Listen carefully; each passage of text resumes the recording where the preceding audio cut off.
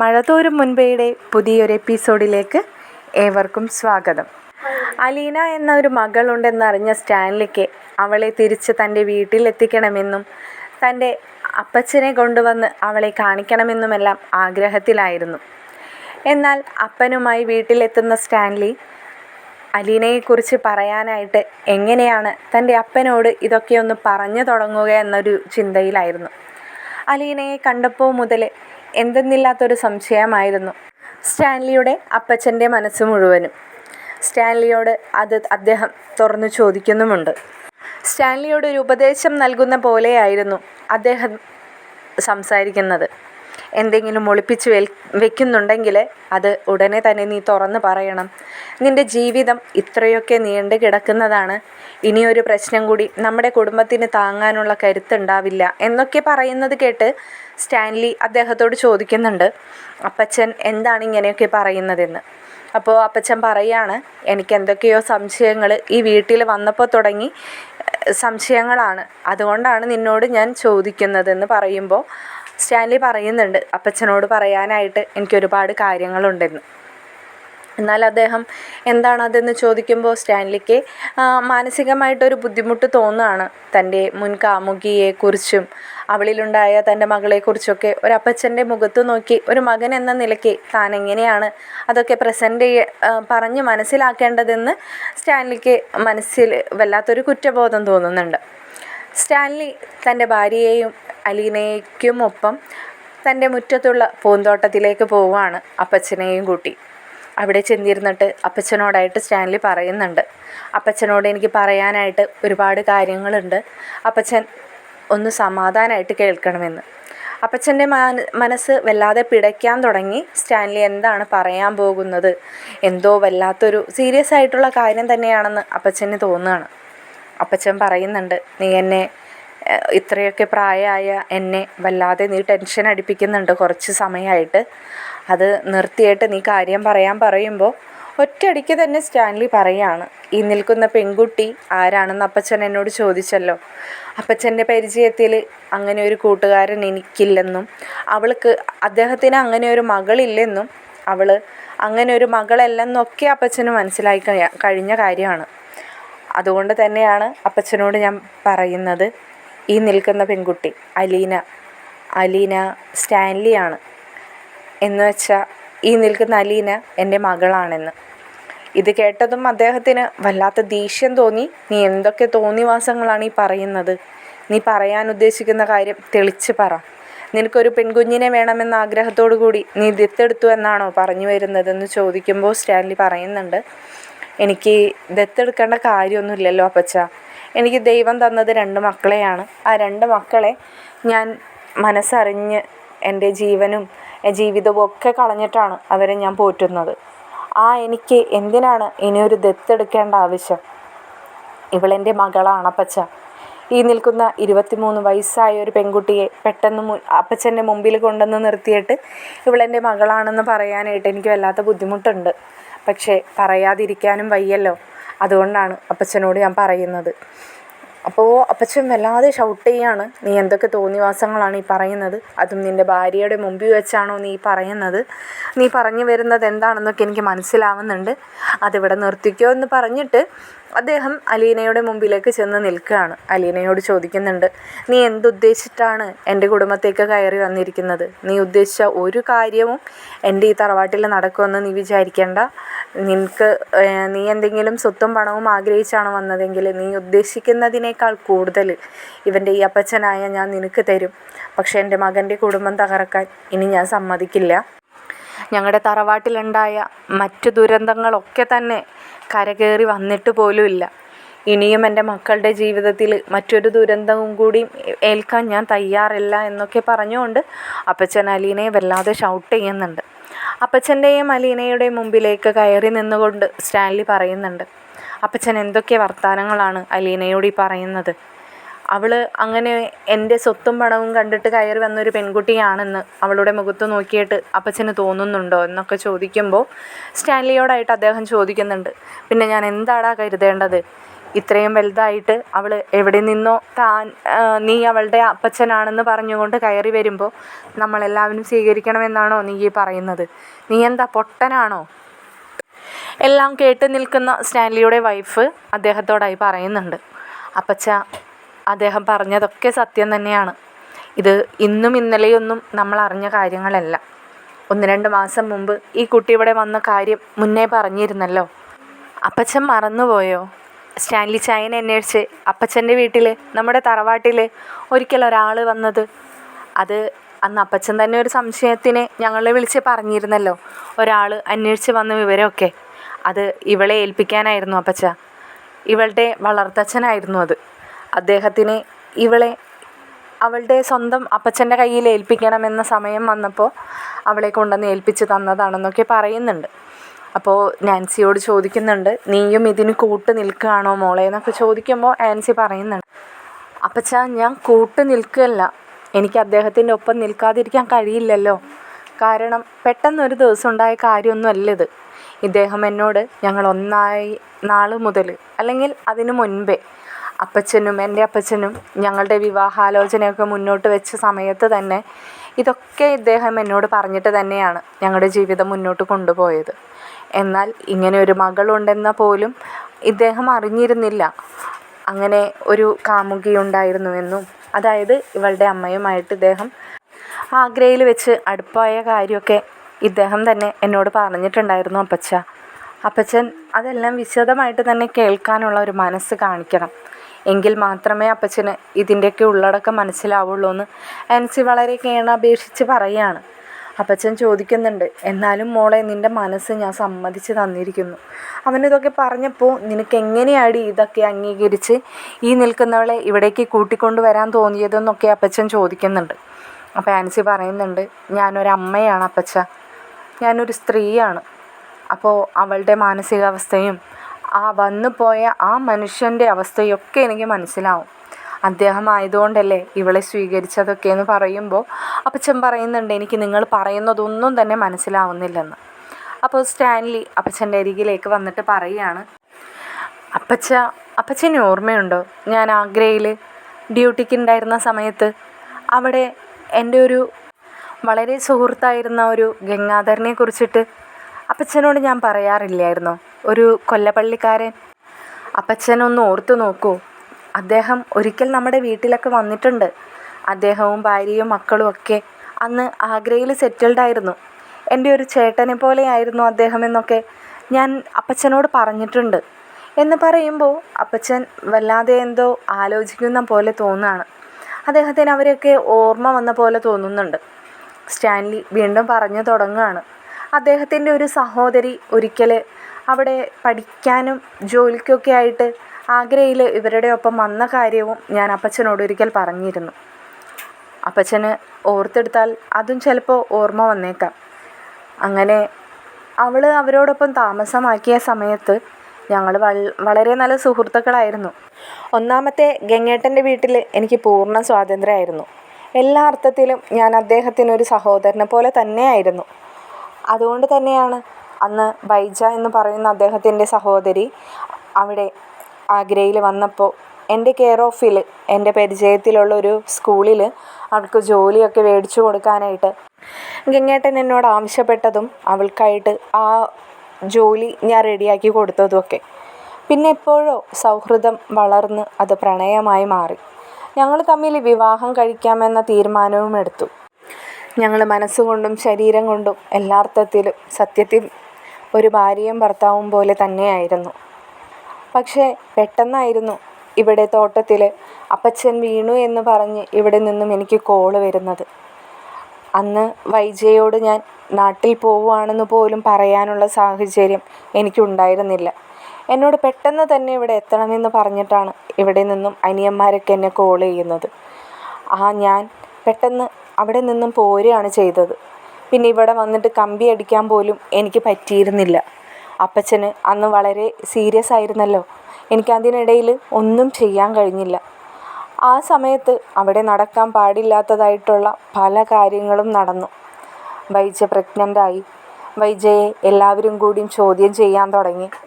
വൈജയ്ക്ക് എന്ത് പറയണമെന്ന് പോലും അറിയാത്ത അവസ്ഥയായിരുന്നു. ആദ്യമൊക്കെ അവൾ എന്നെ കോണ്ടാക്റ്റ് ചെയ്യാൻ ഒരുപാട് ശ്രമിച്ചിരുന്നു. അതിനൊന്നും അവൾക്ക് കഴിയുന്നുണ്ടായിരുന്നില്ല. കാരണം നാട്ടിലത്തെ ആരുടെയും നമ്പറോ അഡ്രസ്സോ ഒന്നും അവൾക്ക് ഞാൻ പറഞ്ഞു കൊടുത്തിരുന്നില്ല. പറയാനായിട്ടുള്ളൊരു സാഹചര്യവും ഉണ്ടായിരുന്നില്ല. പക്ഷേ ഗംഗേട്ടനെല്ലാം അറിയാമായിരുന്നു. പക്ഷെ എന്തുകൊണ്ടോ അവരാരും തന്നെ എന്നെ തേടി ഇവിടെ എത്തിയില്ല. ഒരുപക്ഷെ അവരുടെ കുടുംബമഹിമ കളയണ്ട എന്ന് കരുതിയിട്ടായിരിക്കും. ഒരു ഹിന്ദു പെൺകുട്ടിയെ ഒരു ക്രിസ്ത്യാനി യുവാവ് അന്നത്തെ കാലത്തൊക്കെ വിവാഹം കഴിക്കുമ്പോൾ അത് വലിയ വിവാദമായിട്ടൊക്കെ മാറുമായിരുന്നല്ലോ. അതുകൊണ്ടൊക്കെ ആയിരിക്കാം. ഒരർത്ഥത്തിലും പിടിച്ചു നിൽക്കാൻ കഴിയുന്നില്ലെന്ന് മനസ്സിലാക്കിയ വൈജ, ഞാനാണ് അവളുടെ വയറ്റിൽ വളരുന്ന കുഞ്ഞിൻ്റെ അച്ഛനെന്ന് ഗംഗേട്ടനോടും അദ്ദേഹത്തിൻ്റെ വൈഫിനോടുമൊക്കെ തുറന്ന് തന്നെ പറയാൻ തീരുമാനിക്കുകയായിരുന്നു. അതറിഞ്ഞ ശിവേട്ടൻ വല്ലാത്തൊരു മാനസികാവസ്ഥയിൽ തന്നെയായിരുന്നു. കാരണം ആരോടൊന്നും തുറന്ന് പറയാൻ വയ്യ. തൻ്റെ അനിയത്തിയുടെ ഭാവി ഓർത്ത് അവളെ വലിയ ജോലിയൊക്കെ നേടിക്കൊടുക്കാമെന്ന് പറഞ്ഞിട്ടാണ് അദ്ദേഹം ഇവിടെ ആഗ്രയിലേക്ക് കൊണ്ടുവന്നത്. ഇവിടെ ആർമിയുടെ സ്കൂളിൽ തന്നെ ജോലിയൊക്കെ വാങ്ങിച്ചു കൊടുത്ത് ഒരു ഗവൺമെൻറ് ജോലി തന്നെ സെറ്റാക്കാമെന്ന് പറഞ്ഞ് അവർക്കുള്ള ഒരേ ഒരു സഹോദരിയെ അദ്ദേഹം ഇവിടേക്ക് കൊണ്ടുവരുന്നത്. അദ്ദേഹത്തിൻ്റെ കയ്യിൽ നിന്നും ശ്രദ്ധക്കുറവ് മൂലം സഹോദരിക്ക് ഇങ്ങനെയൊരു ദുരന്തം സംഭവിച്ചു എന്നറിഞ്ഞാൽ എല്ലാവരും കൂടിയും അദ്ദേഹത്തെ കൊത്തിപ്പറിക്കുമെന്നും അദ്ദേഹത്തിന് അറിയാമായിരുന്നു. അതുകൊണ്ട് തന്നെ ആർമിയുടെ ഹോസ്പിറ്റലിൽ അവളെ കാണിച്ചു. പക്ഷേ ഒരിക്കലും ഒരു അബോർഷന് അവൾക്ക് പോസിബിൾ അല്ലെന്ന് അറിയുകയായിരുന്നു. പിന്നെ അവരൊന്നും നോക്കിയില്ല.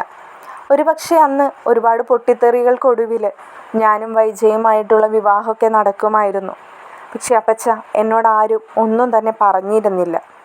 അവർ ആ പോക്ക് അലീനയുമായിട്ട് അങ്ങ് കൊല്ലപ്പള്ളിയിലേക്ക് തന്നെയാണ് പോയത്. പക്ഷേ കൊല്ലപ്പള്ളിയിലേക്ക് അവളെ എത്തിക്കാനുള്ള സമയം ഒരുപാട് വൈകിയിരുന്നു. അവൾ പൂർണ്ണമായിട്ടും ഒരു ഗർഭിണിയുടെ രൂപത്തിലേക്ക് എത്തി തുടങ്ങിയിരുന്നു. അതുകൊണ്ട് തന്നെ അവർ മറ്റെവിടേക്കുമാണ് മാറി താമസിച്ചത്. അപ്പോഴേക്കും നാട്ടിൽ എല്ലാവരും അറിയുകയും ഗംഗേട്ടൻ ഭയന്ന പോലെ തന്നെ ഗംഗേട്ടൻ്റെ പേരിൽ തന്നെ എല്ലാ കുറ്റം ചാർത്തുകയും ചെയ്തു. അവരുടെ കുടുംബത്ത് വലിയ വലിയ പ്രശ്നങ്ങൾ ഉണ്ടാവുകയും ചെയ്തു.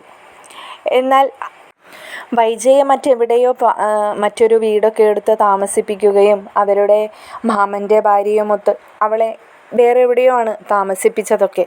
അതിനെക്കുറിച്ചൊന്നും ഡീറ്റെയിൽ ആയിട്ട് എനിക്കറിയില്ല. പക്ഷേ അവിടെ വെച്ച് അവളൊരു പെൺകുഞ്ഞിന് ജന്മം നൽകുകയും ചെയ്തു. എന്നാൽ അവൾ പോലും അറിയാതെ ആ പ്രസവിച്ച ആ നിമിഷം തന്നെ ആ കുഞ്ഞിനെ അവളിൽ നിന്നും മാറ്റി. അങ്ങനെയാണ് ഇവളൊരു ഓർഫനേജിലെത്തുന്നത്. അവിടെയുള്ള ബ്രിജിത എന്ന് പറയുന്ന ഓർഫനേജ് നടത്തുന്ന അവരുടെ കയ്യിലാണ് ഇവളെ ഏൽപ്പിച്ചത്. അതൊക്കെ നേരത്തെ കൂട്ടിയുള്ള തീരുമാനമായിരുന്നു എന്ന് തോന്നുന്നു. അതിനെക്കുറിച്ചൊന്നും എനിക്കറിയില്ല പച്ച. പക്ഷേ പിന്നീട് അവളുടെ അച്ഛൻ, വൈജയുടെ അച്ഛൻ, എല്ലാ കാര്യങ്ങളും ഓർഫനേജിന് വേണ്ടി ചെയ്തു കൊടുക്കാൻ തുടങ്ങി. കാരണം അവരുടെ പേരക്കുട്ടി വളരുന്ന ഓർഫനേജ് ആയതുകൊണ്ട് തന്നെ ഒരു കുറവും വരാതെ തന്നെയായിരുന്നു അത്രേ അവിടുത്തെ കാര്യങ്ങളൊക്കെ ഒരുവിധം അദ്ദേഹം നോക്കിക്കൊണ്ടു പോകുന്നത്. എന്നാൽ അദ്ദേഹത്തിൻ്റെ കയ്യിൽ നിന്നും ബിസിനസ്സും കാര്യങ്ങളൊക്കെ നീങ്ങി മക്കളുടെ കയ്യിലേക്ക് ആക്കിക്കൊടുത്തതിന് ശേഷം അദ്ദേഹത്തിന് വിചാരിച്ച പോലെ ഓർഫനേജ് നടത്തിക്കൊണ്ട് പോകാനൊന്നും പറ്റിയിരുന്നില്ല. ഓർഫനേജിലേക്ക് അയച്ചിരുന്ന ഫണ്ടിൻ്റെ കാര്യത്തിലും കുറവുകളൊക്കെ സംഭവിച്ചു തുടങ്ങി. അങ്ങനെ ഓർഫനേജിൽ ഈ ബ്രിജിത എന്ന് പറയുന്ന മമ്മി ഇവരെ നോക്കിയിരുന്ന ആ സ്ത്രീക്ക് വയ്യാതെയായി. ക്യാൻസറിൻ്റെ അവസാന ഘട്ടത്തിൽ അവർക്ക് എന്ത് ചെയ്യണം എന്നറിയാത്ത ഘട്ടത്തിൽ ഇവരുടെ കൂടെ ഉണ്ടായ ഓരോ ഓർഫനായിട്ടുള്ള കുട്ടികളെയും വൃദ്ധരെയും ഒക്കെ ഓരോരോ സ്ഥാപനങ്ങളിലേക്ക് മാറ്റുമ്പോൾ ഇവർക്ക് പ്രിയപ്പെട്ടതായിട്ടുള്ള, എല്ലാവരും പ്രിയപ്പെട്ടതായിരിക്കാം എങ്കിലും ഇവരെ ഏൽപ്പിച്ച ഉത്തരവാദിത്തമുള്ളവരെ 2-3 കുട്ടികളെ, അതിലൊന്നാണ് അലീന. അലീനയെ ഇവളുടെ മുത്തച്ഛനെ തന്നെ ഏൽപ്പിക്കാനായിരുന്നു അവരുടെ തീരുമാനം. അങ്ങനെയാണ് അവർ വീണ്ടും കൊല്ലപ്പള്ളിയിൽ എത്തുന്നതും ഇവളുടെ മുത്തച്ഛനുമായിട്ട് സംസാരിക്കുന്നതും. മുത്തച്ഛൻ അന്ന് ചെന്ന് ഇവളെ കാണുകയും തിരിച്ചു പോരുകയൊക്കെ ചെയ്തു. പിന്നീട് അവിടെ നിന്നും വന്നതിന് ശേഷം മുത്തച്ഛൻ്റെ അവസ്ഥ വളരെ മോശമായി. 2 ദിവസത്തിനകം തന്നെ അദ്ദേഹം മരിക്കുകയും ചെയ്തു. മരണത്തിന് മുമ്പ് തന്നെ അദ്ദേഹത്തിൻ്റെ 2ാമത്തെ മകനായ ശിവശങ്കരൻ്റെ മകനോട് അലീന എന്ന് പറയുന്ന പെൺകുട്ടിയെ നമ്മുടെ തറവാട്ടിലേക്ക് കൊണ്ടുവരണം, മുത്തശ്ശിക്ക് കൂട്ടായിട്ട് മുത്തശ്ശിയെ നോക്കാനായിട്ട് ഞാൻ അവളെയാണ് തീരുമാനിച്ച് വെച്ചിരുന്നത്. എനിക്ക് അവളെ കൊണ്ടുവരാനുള്ള സമയമൊന്നും കിട്ടിയിട്ടില്ല എന്നൊക്കെ പറയുന്നുണ്ടായിരുന്നു. അതേ പ്രകാരം തന്നെ മനു എന്നാണ് ആ പയ്യൻ്റെ പേര്. മനു ഈ പറയുന്ന വൈജയുടെ ഹസ്ബൻഡിനോട് മുത്തശ്ശൻ പറഞ്ഞ ആവശ്യങ്ങളൊക്കെ പറയുകയാണ്. മുത്തശ്ശൻ്റെ തീരുമാനത്തിനനുസരിച്ച് നിൽക്കാൻ തന്നെയായിരുന്നു അവർ രണ്ടുപേരുടെയും തീരുമാനം. അങ്ങനെ അവർ രണ്ടുപേരും ഒരിക്കൽ കൂടി കൊല്ലപ്പള്ളിയിലേക്ക് പോവുകയായിരുന്നു അലീനയെ കൂട്ടിക്കൊണ്ടു വരാനായിട്ട്. അങ്ങനെ അലീനയെ തിരിച്ച് കൊല്ലപ്പള്ളിയിൽ എത്തിക്കുകയായിരുന്നു. കൊല്ലപ്പള്ളിയിൽ നിന്നും വൈജയുടെ അമ്മയെയും അലീനയെയും സ്റ്റാൻലിയുടെ വീടായ നെടുമ്പുരയ്ക്കൽ വീട്ടിലേക്കും കൊണ്ടുവന്നു. അവിടെ വെച്ചാണ് സ്റ്റാൻലി അവിചാരിതമായിട്ട് അലീനയും ഈ പറയുന്ന ഓർഫനേജിൽ നിന്നും മറ്റൊരിടത്തേക്ക് മാറ്റി താമസിപ്പിച്ച രേവതി എന്ന് പറയുന്ന പെൺകുട്ടിയുമായിട്ടുള്ള സംഭാഷണമൊക്കെ ഈ ബാലചന്ദ്രൻ കേൾക്കാനിടയായത്. അങ്ങനെ അലീന വൈജയുടെ മകളാണെന്ന ആ ഞെട്ടിക്കുന്ന സത്യം ആ മനുഷ്യൻ അറിയാനിടയായി. പിന്നെ അപ്പച്ചൻ ഊഹിക്കാമല്ലോ, തൻ്റെ ഭാര്യയ്ക്ക് മുൻ കാമുകനിലുണ്ടായ ഒരു മകളാണ് തൻ്റെ മുൻപിൽ നിൽക്കുന്നതെന്നറിയുന്ന ഒരു സാധാരണക്കാരനായ ഒരു ഭർത്താവിൻ്റെ അവസ്ഥ എന്തായിരിക്കുമെന്ന് അപ്പച്ചൻ ഊഹിച്ചു നോക്കിയിട്ടുണ്ടോ? അപ്പച്ചനൊക്കെ ചിന്തിക്കാൻ പോലും കഴിയുന്നതിനപ്പുറത്തല്ലേ. പക്ഷേ അദ്ദേഹം അത് തരണം ചെയ്ത് മുന്നോട്ട് പോകാൻ പോലും കഴിയാതെ ആദ്യമായിട്ട് ഞാൻ കാരണം, ഈ നിൽക്കുന്ന അലീന കാരണം അദ്ദേഹത്തിൻ്റെ ഹൃദയത്തിന് അത് താങ്ങാൻ കഴിയാതെ അദ്ദേഹത്തിന് അറ്റാക്കായി മാറുകയായിരുന്നു. അവിടെ നിന്നും എല്ലാവരെയും അതിശയിപ്പിച്ചുകൊണ്ടായിരുന്നു അദ്ദേഹത്തിൻ്റെ ഓരോ പെരുമാറ്റവും. ശത്രുവായി അദ്ദേഹത്തിന് എല്ലാവരും, ഈ അലീനയൊഴിച്ച് ബാക്കി എല്ലാവരും അദ്ദേഹത്തിന് ശത്രുവായി മാറുകയായിരുന്നു. അദ്ദേഹത്തിൻ്റെ മനസ്സിൽ എന്നും അലീനയും അദ്ദേഹവും ഇരകളായിരുന്നു. ബാക്കിയുള്ളവരെല്ലാം വേട്ടക്കാരും. അലീനയെയും അദ്ദേഹത്തെയും മാത്രമാണത്രേ കൊല്ലപ്പള്ളിക്കാർ ചതിച്ചത്. അദ്ദേഹത്തിൻ്റെ മനസ്സിൽ അത് പച്ചകുത്തിയ പോലെ കൊത്തിവെച്ചിരിക്കുകയാണ് ഇപ്പോഴും. അതിലൊരു വ്യത്യാസവും അദ്ദേഹത്തിൻ്റെ മനസ്സിൽ ഇപ്പോൾ സംഭവിച്ചിട്ടില്ല. ഒരുപക്ഷെ ഞാൻ പോലും ഇതൊക്കെ അറിയാൻ കാരണം അദ്ദേഹത്തിൻ്റെ മനസ്സിലെ ആ വാശി കൊണ്ട് മാത്രമാണ്. ഞാൻ ഇത്രയൊക്കെ പറഞ്ഞിട്ടും അപ്പച്ചൻ എന്നോടൊന്നും പറയാനില്ല. അദ്ദേഹത്തിൻ്റെ കണ്ണുകളൊക്കെ ചുവന്നു തുടിച്ചിരിക്കുകയായിരുന്നു. ദേഷ്യം കൊണ്ടാണോ സങ്കടം കൊണ്ടാണോ എന്ന് സ്റ്റാൻലിക്ക് മനസ്സിലാവുന്നുണ്ടായില്ല. സ്റ്റാൻലി അദ്ദേഹത്തോടായി ചോദിക്കുന്നുണ്ട്, അപ്പച്ചന് എന്നോട് എന്തെങ്കിലും ചോദിക്കാനുണ്ടോ എന്ന്. അപ്പോൾ അദ്ദേഹം ചോദിക്കുകയാണ്, അതെ, നിന്നോട് ചോദിക്കാനുണ്ട്. ഇത്രയൊക്കെ അവർ വന്ന് പറഞ്ഞപ്പോഴേക്കും നീ അതൊക്കെ അങ്ങ് വിശ്വസിക്കുകയാണോ ചെയ്തത്? നിൻ്റെ അറിവിൽ അവൾ പ്രഗ്നൻ്റ് പോലും അല്ലായിരുന്നു. പിന്നെ എങ്ങനെയാണ് അവർ വന്നൊരു വാക്ക് പറഞ്ഞപ്പോഴേക്കും നിനക്കതൊക്കെ വിശ്വസിക്കാൻ കഴിഞ്ഞത്? അപ്പച്ചൻ എന്താ ഇപ്പോഴും ഇങ്ങനെ പറയുന്നതെന്ന് എനിക്ക് മനസ്സിലാവുന്നില്ല. എന്തിനാണ് അപ്പച്ച 10-23 വർഷങ്ങൾക്ക് ശേഷം അങ്ങനെ ഒരാൾ എന്നെ തേടി വരേണ്ട ആവശ്യം? അദ്ദേഹത്തിൻ്റെ ഫാമിലിയെ തന്നെ കുത്തി മറ്റുള്ള സമൂഹത്തിന് മുന്നിലേക്ക് വലിച്ചു കീറിയിട്ടിട്ട് എന്നെ തേടി അദ്ദേഹം വരേണ്ട ആവശ്യമുണ്ടെന്ന് അപ്പച്ചന് തോന്നുന്നുണ്ടോ? അതും ഇത്രയും വർഷങ്ങൾക്ക് ശേഷം. ഞാനോ വൈജയോ ഇപ്പോഴും ഒരു കോണ്ടാക്റ്റ് ഉണ്ടായിരുന്നുവെങ്കിൽ അദ്ദേഹത്തിന് എന്നെ തേടി വരാമായിരുന്നു. അദ്ദേഹത്തിൻ്റെ ജീവിതം നശിപ്പിക്കരുത്, അല്ലെങ്കിൽ അവരുടെ കുടുംബത്തിലേക്ക് നുഴഞ്ഞു കയറി ചെല്ലരുതെന്നൊക്കെ പറയാമായിരുന്നു. പക്ഷേ ഈ പറഞ്ഞ പോലെ ഞാൻ അന്ന് അപ്പച്ചന് വയ്യാതെ നാട്ടിലേക്ക് പോന്ന ആ ശേഷം ഞാൻ ഈ പറയുന്ന വൈജയെയോ അവളുടെ കുടുംബത്തെയോ ഞാൻ കണ്ടിട്ടില്ല. അപ്പച്ചനെ അറിയാമല്ലോ, അപ്പച്ചനൊന്ന് ഓക്കെ ആവാനായിട്ട് ഒരുപാട് സമയമെടുത്തു. അപ്പച്ചൻ പൂർണ്ണമായിട്ടും ഓക്കെ ആയി ഹോസ്പിറ്റലിൽ നിന്നും ഡിസ്ചാർജൊക്കെ ആയതിന് ശേഷം മാത്രമാണ് ഞാൻ പിന്നെ എൻ്റെ ജോലി സ്ഥലത്തേക്ക് പോകുന്നത്. ആഗ്രയിൽ ഞാൻ ചെല്ലുമ്പോൾ അന്ന് ഈ പറയുന്ന ഗംഗേട്ടനും ഫാമിലിയും മാത്രമേ ഉണ്ടായിരുന്നുള്ളൂ. അന്ന് വൈജ ഇല്ല. ഞാൻ അന്ന് ചെല്ലുമ്പോൾ ഗംഗേട്ടന് എന്നോട് സംസാരിക്കാൻ പോലും താല്പര്യമില്ലാത്തൊരു സിറ്റുവേഷനായിരുന്നു. എന്നെ പൂർണ്ണമായിട്ടും ഗംഗേട്ടൻ അവോയ്ഡ് ചെയ്യായിരുന്നു. വൈജയെക്കുറിച്ച് ചോദിച്ചപ്പോൾ എന്നോട് പറഞ്ഞത് വൈജയുടെ വിവാഹം കഴിഞ്ഞു എന്നാണ്. പിന്നെ എനിക്ക് എന്ത് അദ്ദേഹത്തോട് പറയണമെന്നോ ചോദിക്കണമെന്നോ എന്ന് പോലും അറിയില്ലായിരുന്നു. ഞാൻ പൂർണ്ണമായിട്ടും അത് വിശ്വസിച്ചു. പക്ഷെ അന്ന് ഗംഗേട്ടൻ എന്നോട് പറഞ്ഞത് കള്ളായിരുന്നു. കാരണം ആ സമയത്ത് വൈജ പ്രഗ്നൻ്റ് മാത്രമായിരുന്നു. അവളുടെ പ്രസവം പോലും ആ സമയത്ത് കഴിഞ്ഞിട്ടുണ്ടാവില്ല. അന്ന് എന്നോട് ഗംഗേട്ടൻ എല്ലാം തുറന്ന് പറഞ്ഞിരുന്നുവെങ്കിൽ, അല്ലെങ്കിൽ എന്നെ ഒന്ന് അടിച്ചിരുന്നുവെങ്കിൽ എല്ലാ സത്യങ്ങളും സത്യം പോലെ തെളിഞ്ഞു വന്നേനെ. ഈ പറയുന്ന നിങ്ങളുടെ മുമ്പിൽ ഇന്ന് ഞാനൊരു കുറ്റവാളിയെപ്പോലെ നിൽക്കേണ്ടി വരില്ലായിരുന്നു. ഇത്രയൊക്കെ സംഭവിച്ചിട്ടും ഈ പറയുന്ന ബാലചന്ദ്രൻ അലീനയെ സംരക്ഷിക്കുകയായിരുന്നു. അവരുടെ കുടുംബം തകരുന്ന അവസ്ഥയിലെത്തിയിട്ട് പോലും അലീനയെ എന്തുകൊണ്ട് സംരക്ഷിക്കുന്നു എന്ന് ചോദിച്ചിട്ടും അലീനയും ബാലചന്ദ്രനും തമ്മിൽ അരുതാത്ത ബന്ധമാണെന്ന് പറഞ്ഞ് വൈജ പ്രശ്നമുണ്ടാക്കിയപ്പോൾ പോലും വൈജയുടെ മുഖത്ത് നോക്കി ബാലചന്ദ്രൻ പറയാമായിരുന്നു, നീ പ്രസവിച്ചിട്ട് ഉപേക്ഷിച്ച മകളാണ് ഈ നിൽക്കുന്ന അലീന, ഞാൻ ഇന്ന് അവളെ സംരക്ഷിക്കുന്നതെന്നൊക്കെ. പക്ഷേ ബാലചന്ദ്രൻ അതൊന്നും പറഞ്ഞില്ല അച്ഛ. ആ ഒരു മനുഷ്യനോട് തോന്നിയ ഒരു കരുണ, അതും കൊണ്ട് മാത്രമാണ് ഞാൻ അലീനയുമായിട്ട് അന്ന് അടുത്തത്. അല്ലാതെ അപ്പച്ചൻ ചിന്തിക്കുന്ന പോലെ നമ്മുടെ തറവാടിൻ്റെ സ്വത്തും പണവും ഒന്നും കണ്ടന്വേഷിച്ച് വന്നതല്ല ഈ നിൽക്കുന്ന അലീന. അപ്പച്ചൻ അതൊന്നും മനസ്സിലാക്കണം. എന്നാൽ സ്റ്റാൻലി പറയുന്നതൊന്നും തന്നെ അംഗീകരിക്കാൻ അപ്പച്ചൻ തയ്യാറായിരുന്നില്ല. അദ്ദേഹം വീണ്ടും അലീനയുടെ മുമ്പിലേക്കാണ് എത്തി നിൽക്കുന്നത്. ഇതേസമയം അലീന വല്ലാതെ മുഖം പൊത്തി നിൽക്കുകയായിരുന്നു. അലീനയോട് സ്റ്റാൻലിയുടെ അപ്പച്ചൻ ചോദിക്കുന്നുണ്ട്, എനിക്ക് നിന്നോട് യാതൊരു ദേഷ്യമോ വിദ്വേഷമോ ഒന്നും തന്നെയില്ല. പക്ഷേ ഇവരൊക്കെ ഈ പറയുന്നത് സത്യമാണെന്ന് വിശ്വസിക്കാൻ മാത്രം മണ്ടനുമല്ല ഞാൻ. പെട്ടെന്നൊരാൾ വന്നിട്ട് ഈ നിൽക്കുന്നവൾ നിൻ്റെ മകളാണ്, 23 വർഷങ്ങൾക്ക് മുമ്പ് വൈജയും നീയും തമ്മിലുള്ള അടുപ്പത്തിലുണ്ടായ മകളാണ് എന്നൊക്കെ പറയുമ്പോഴേക്കും എങ്ങനെയാണ് ഇങ്ങനെ ഇവൻ വിശ്വസിച്ചതെന്നും എനിക്കറിയില്ല. പക്ഷേ ഞാനൊരു കാര്യം പറഞ്ഞോട്ടെ, ശരി, നിങ്ങളൊക്കെ പറഞ്ഞത് ഞാൻ വിശ്വസിക്കാം. പക്ഷെ നിനക്കിവിടെ നിന്നും ഒഴിഞ്ഞു പോയിക്കൂടെ എന്നാണ് എൻ്റെ ചോദ്യം. നീ ഇത്രയും നാളും ജീവിച്ചതിനേക്കാൾ കൂടുതൽ സുഖവും സൗകര്യവും നിനക്ക് ജീവിക്കാനുള്ള വഴി ഞാൻ ഒരുക്കി തരാം. നീ ഉദ്ദേശിക്കുന്നതിനേക്കാളും നീ ചിന്തിക്കുന്നതിനേക്കാളും അപ്പുറത്തേക്ക്. പക്ഷേ ഈ അവസാന നിമിഷം, എൻ്റെ ഈ അവസാന സമയത്ത് ഞങ്ങളുടെ കുടുംബത്തിൻ്റെ അന്തസ്സും പേരും പെരുമയും ഒന്നും കളഞ്ഞു പൊളിക്കാൻ ഞാൻ തയ്യാറല്ല എന്നതാണ് സത്യം. അതൊരു പക്ഷേ നിനക്കൊക്കെ ഞാൻ ക്രൂരനാണെന്നോ ഞാൻ മനസാക്ഷിയില്ലാത്തവനാണെന്നോ എന്നൊക്കെ നിനക്കൊക്കെ തോന്നിയേക്കാം. പക്ഷേ അലീന, നീ ഒരു കാര്യം മനസ്സിലാക്കണം, ഞാൻ അവൻ്റെ അപ്പച്ചനാണ്. അവൻ്റെ ജീവിതത്തിൽ ഇന്നേ വരെ നല്ലത് മാത്രമേ ഞാൻ ചെയ്തിട്ടുള്ളൂ.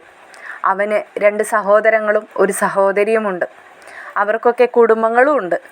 പെട്ടെന്നൊരു ദിവസം അവരുടെ ഇച്ഛായന്, അവരുടെ ജ്യേഷ്ഠന് മറ്റൊരു ബന്ധത്തിലുണ്ടായ ഒരു മകൾ വന്ന് കയറിയിട്ടുണ്ടെന്നറിഞ്ഞാൽ അവരാരും തന്നെ അംഗീകരിക്കില്ലെന്ന് മാത്രമല്ല, അവരുടെയൊക്കെ മനസ്സിൽ പട്ടാളക്കാരനായ അവരുടെ ജ്യേഷ്ഠനെ കുറിച്ചിട്ട് ഒരു വിഗ്രഹം പോലെ കൊണ്ട് നടക്കുന്നുണ്ട്. അതൊക്കെ തകർന്നടിയുന്ന പോലെ ആയിരിക്കും. അതൊക്കെ നീയായിട്ട് ഇല്ലാതാക്കണം എന്നാണോ നീ ചിന്തിക്കുന്നത്? നീ ഇത്രയ്ക്കും വിവേകവും ബുദ്ധിയൊക്കെ ഉള്ള ഒരു പെൺകുട്ടിയല്ലേ? ഇത്രയ്ക്കൊക്കെ പ്രായം നിനക്കായിട്ടില്ലേ? നീ തന്നെ പറഞ്ഞില്ലേ 10-23 വർഷം നീ അനാഥാലയത്തിൽ വളർന്ന ആളാണെന്ന്. നിനക്ക് ഇനിയും അങ്ങനെ ഒരു ജീവിതം നയിക്കാനായിട്ട് ബുദ്ധിമുട്ടുണ്ടാവുമെന്ന് എനിക്ക് തോന്നുന്നില്ല എന്നൊക്കെ അദ്ദേഹം പറയുന്നത് കേൾക്കുമ്പോൾ അലീന ഒന്നും തന്നെ മിണ്ടാതെ നിന്ന് കരയുക മാത്രമായിരുന്നു. ആൻസിക്കും വളരെ വിഷമം തോന്നുന്നുണ്ട് അപ്പച്ചൻ്റെ സംസാരങ്ങളൊക്കെ കേട്ടിട്ട്. എന്നാൽ സ്റ്റാൻലി അപ്പച്ചനോട് പറയുന്നുണ്ട്, അപ്പച്ച ഒന്ന് നിർത്ത്, അപ്പച്ചൻ എന്തൊക്കെയാണ് ഈ പറയുന്നത് അവളുടെ മുഖത്ത് നോക്കിയിട്ടെന്ന്. അപ്പോൾ അദ്ദേഹം പറയുന്നുണ്ട്, എനിക്ക് പറയാനായിട്ട് യാതൊരു മടിയുമില്ല സ്റ്റാൻലി. കാരണം എനിക്കെൻ്റെ മകൻ്റെ ജീവിതമാണ് വലുത്, എനിക്കെൻ്റെ കുടുംബമഹിമയാണ് വലുതെന്ന്. എന്നാൽ വീണ്ടും ഇതെല്ലാം അദ്ദേഹം പറയുമ്പോൾ അലീന പറയുന്നുണ്ട്, ഞാനായിട്ട് വലിഞ്ഞു കയറി വന്നതല്ല, അത് നിങ്ങളെല്ലാവരും ഒന്ന് മനസ്സിലാക്കണം. ഞാനിവിടേക്കിനി വരില്ലെന്നും എന്നെ ഇവിടേക്കിനി വിടില്ലെന്നും കുറച്ച് മുമ്പ് എൻ്റെ പപ്പയായ ഇദ്ദേഹം പറഞ്ഞില്ലേ, ബാലചന്ദ്രൻ എന്ന് പറയുന്ന ആ മനുഷ്യൻ പറഞ്ഞതാണ്. പക്ഷേ ഇദ്ദേഹത്തിന് എൻ്റെ പപ്പയ്ക്ക് തോന്നിയ ഒരു വാശിയുടെയും വൈരാഗ്യത്തിൻ്റെയും പുറത്താണ് ഇന്നിപ്പോൾ ഇവിടെ ഞാൻ വന്ന് നിൽക്കുന്നത്. അല്ലെങ്കിൽ ഒരിക്കൽ പോലും നിങ്ങളാരെയും ഈ അലീന കാണില്ലായിരുന്നു. നിങ്ങളാരും അലീനയെക്കുറിച്ച് അറിയുകയുമില്ലായിരുന്നു. ദൈവത്തെ ഓർത്ത് എന്നെ ശപിക്കരുത്, എന്നെ വെറുക്കരുത് ആരും. ഞാൻ ആരുടെയും ജീവിതം നശിപ്പിക്കാനും ആരുടെയും കുടുംബമഹിമ കളയാനും ഒന്നും വന്നതല്ല. അലീന പെട്ടെന്ന് സ്റ്റാൻലിയുടെ മുമ്പിൽ ചെന്ന് നിന്ന് കൈകൂപ്പിക്കൊണ്ട് പറയുകയാണ്, എന്നെ പോകാൻ അനുവദിക്കണം. നിങ്ങൾക്ക് തന്നെ അറിയാലോ, എൻ്റെ മനസ്സ് മുഴുവൻ എൻ്റെ അച്ഛൻ്റെയും സഹോദരങ്ങളുടെയും മുൻപിലാണ്. അവർക്കിടയിലാണ് ഞാനിപ്പോഴും. എന്തിനാണ് എന്നെ ഇനിയും ബുദ്ധിമുട്ടിക്കുന്നത്? ഞാൻ ഒരിക്കലും നിങ്ങളുടെ ആരുടെയും ജീവിതത്തിലേക്ക് ഇനി വലിഞ്ഞു കയറി വരില്ല. അവിടെ ഒരു വേലക്കാരിയായിട്ടെങ്കിലും എന്നെ ജീവിക്കാൻ നിങ്ങളെല്ലാവരും അനുവദിക്കണം. ദൈവത്തെ ഓർത്ത് എന്നെ ഇവിടെ നിന്ന് പോകാൻ അനുവദിക്കണമെന്ന് അലീന കെഞ്ചിക്കൊണ്ട് സ്റ്റാൻലിയോട് പറയുകയാണ്. ഇത് കേട്ട് സ്റ്റാൻലിയുടെ അപ്പച്ചൻ വല്ലാതെ ഞെട്ടിത്തെറിച്ച് നിൽക്കുകയാണ്. കാരണം അദ്ദേഹത്തിൻ്റെ ചിന്തകളെ മറികടന്നുകൊണ്ടായിരുന്നു അലീനയുടെ ഓരോ വാക്കുകളും. അദ്ദേഹം ചിന്തിച്ചത് അലീനയായിട്ട് അല്ലെങ്കിൽ ബാലചന്ദ്രനായിട്ട് അലീനയെ കൊണ്ടുവന്ന് സ്റ്റാൻലിയുടെ മുൻപിലേക്ക് തള്ളിയിട്ട് പോയി എന്നാണ്. പക്ഷേ ഇപ്പോൾ അലീന പറയുന്നത് സ്റ്റാൻലിയുടെ വാശിക്ക് സ്റ്റാൻലി ആയിട്ട് അലീനയെ ഇവിടെ കൊണ്ടുവന്നെന്നു. അദ്ദേഹത്തിനൊന്നും മനസ്സിലാവാത്ത പോലെ നിൽക്കുകയായിരുന്നു. മറ്റൊരു വീഡിയോയുമായി മറ്റൊരു എപ്പിസോഡിലൂടെ വരുന്നതായിരിക്കും. വീഡിയോസും ചാനലും ഇഷ്ടപ്പെടുന്നുണ്ടെങ്കിൽ ചാനൽ ഹൈപ്പ് ചെയ്യാനും സബ്സ്ക്രൈബ് ചെയ്യാനും അഭിപ്രായങ്ങൾ കമൻറ്റിൽ അറിയിക്കാനും മറക്കരുതേ. ശുഭരാത്രി.